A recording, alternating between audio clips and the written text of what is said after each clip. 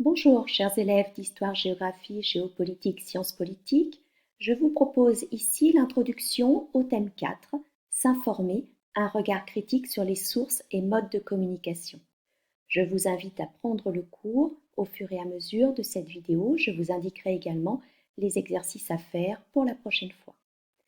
Je vous rappelle que vous retrouvez les documents et le cours dans votre manuel aux pages 256 à 320 pour ce thème 4. En guise d'introduction, il faut bien sûr revenir sur les termes du sujet, à savoir le premier terme, s'informer. S'informer est relatif à l'information. L'information, c'est-à-dire un message transmis par une personne ou un groupe de personnes qui, replacé dans son contexte, enrichit sa connaissance sur un sujet. Par extension, le mot désigne aussi toutes les activités assurant la collecte, le traitement et la diffusion de l'information, c'est-à-dire l'activité médiatique, ce qu'on retrouve ici avec le terme mode, c'est-à-dire les moyens de diffusion de l'information.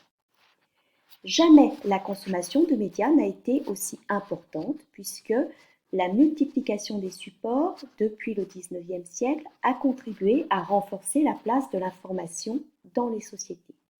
On a donc une pluralité de médias et des supports très variés qui permettent de proposer des contenus riches, différenciés selon les individus, les groupes sociaux et les territoires. L'information peut alors être libre, mais aussi contrôlée, censurée et manipulée. Et c'est pour ça qu'il faut évidemment avoir ce regard critique. Ce regard critique, c'est-à-dire une vigilance, parce que face à une information, on doit pouvoir se demander, est-ce qu'elle est objective? Est-ce qu'elle est libre? Est-ce qu'elle a été contrôlée, censurée? Est-ce que je suis manipulée par cette information? Il faut également, bien sûr, toujours dans ce regard critique, s'intéresser aux sources. D'où vient l'information? Celui qui produit l'information, la traite, la diffuse, le média, est-il une source fiable ou pas? Enfin, bien relever le terme de communication qui, à bien des égards, peut s'opposer au verbe s'informer. L'information peut se confondre parfois avec la communication. Pour l'information, on a du contenu, on a une idée. Pour la communication, on a l'idée, l'action d'établir une relation avec d'autres personnes ou un groupe de personnes. On vise donc un public et le contenu de l'information peut être adapté, voire altéré par cette communication. L'information est donc une pratique sociale et politique qui implique une vigilance citoyenne et soulève des enjeux démocratiques. D'où notre problématique de savoir comment s'informe-t-on aujourd'hui.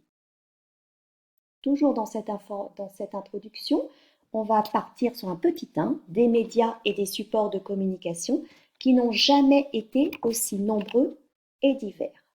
Et j'en viens à votre activité à faire pour la prochaine fois.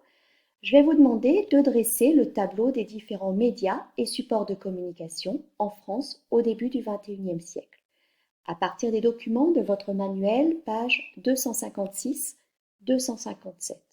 Vous retrouverez donc ces documents, un graphique sur les médias d'information en France, un graphique sur l'évolution des modes d'information en France, un troisième graphique sur la vente des grands journaux quotidiens français en version papier, un document sur la consultation de la presse en France, les radios d'information en France et enfin les chaînes d'information dans le monde à partir d'un planisphère et d'un graphique. Je vous demande, pour étudier ces documents, de reproduire et compléter le tableau que vous voyez à l'écran, source de l'information, mode de diffusion et support, poids dans l'ensemble des médias, pensez à relever des données chiffrées dans les documents, l'évolution de chaque source d'information, l'échelle, est-ce une échelle nationale, internationale, et bien sûr donner des exemples que vous relevez dans les documents, des exemples de titres, de chaînes, des exemples que vous prenez dans ces différents médias. Enfin, je vous laisse ici un petit mémo pour ceux qui ne sont pas très familiers du vocabulaire de la presse. bien regarder ce vocabulaire, le mémoriser, le noter dans votre cahier si vous y voyez une utilité. Pour le petit 2, toujours dans mon introduction, je m'attache aux pratiques de l'information. Et je vous invite à aller voir cette vidéo de Rémi Riffel, dont vous avez le lien ci-dessous. Et une consigne pour votre activité, je vous demande de synthétiser en une phrase chacun des 6 points qu'il développe dans son argumentaire. Donc je vous demande de me bâtir 6 phrases concises, claires, qui permettent de rendre compte des propos de Rémi Riffel. Voilà, je vous demande ce travail pour la prochaine fois. Je reviens vers vous pour la suite, le grand 1, que nous verrons dans ce chapitre.